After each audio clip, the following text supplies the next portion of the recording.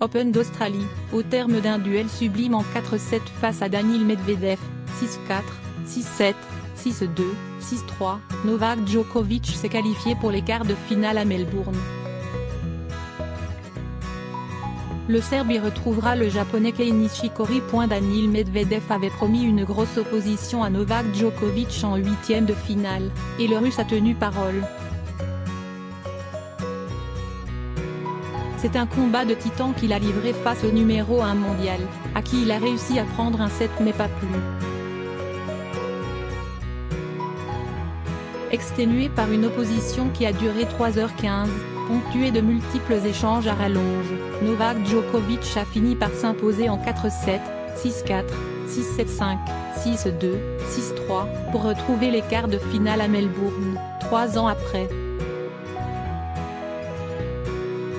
Il y jouera Kei Nishikori. La Rod Laver Arena s'est régalée ce lundi d'un combat entre l'homme aux 14 titres du Grand Chelem et la jeune pousse de 22 ans, 19e au classement TAP, et qui s'est encore affirmé comme l'un des joueurs les plus prometteurs du circuit.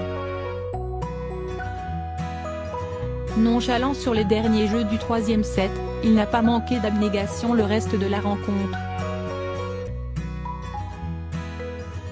La preuve, après avoir concédé le premier set, et mené 4-1 avec 2 balles de double break contre lui dans la seconde manche, le Russe est revenu de nulle part. Medvedev a craqué sur les points importants. Aidé par une très belle qualité de service, 65% de première balle, 70% de points remportés derrière et 18 aces, Medvedev a tourmenté un Djokovic encore une fois impressionnant au passing, mais qui a été trop irrégulier pour passer plus sereinement cette épreuve, 50 fautes directes. Battu au tie-break lors du deuxième set, le sextuple lauréat à Melbourne a dû batailler pour finalement breaker dans le troisième acte, à 2 partout. Auparavant, c'est Medvedev qui en avait eu l'occasion à 3 reprises. Et le Russe pourra regretter son manque d'efficacité dans les moments chauds, 2 balles de break gagnées sur 9. Son adversaire n'a pas fait la même erreur, 7/18 de balle de break remportée, posant d'énormes difficultés sur son coup droit, pour s'imposer facilement dans les 2 dernières manches. Encore clinique, 43 coups gagnants, contre 38 pour Medvedev, Nol a profité du manque de jus du Russe, souvent trop fatigué pour jouer ses 2 balles de break de la dernière manche à fond, afin de conclure la rencontre.